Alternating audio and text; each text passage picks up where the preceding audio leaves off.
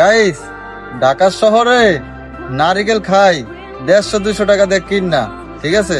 আজকে নিজেদের গাছের নারিকেল খামো, আর নারিকেল আমি নিজেই পারবো। আপনারা সবাই ভিডিওটা দেখবেন, ঠিক আছে? সম্পূর্ণ এই যে কাঁচা দিতেছি, অনেক গাছ উঠবো।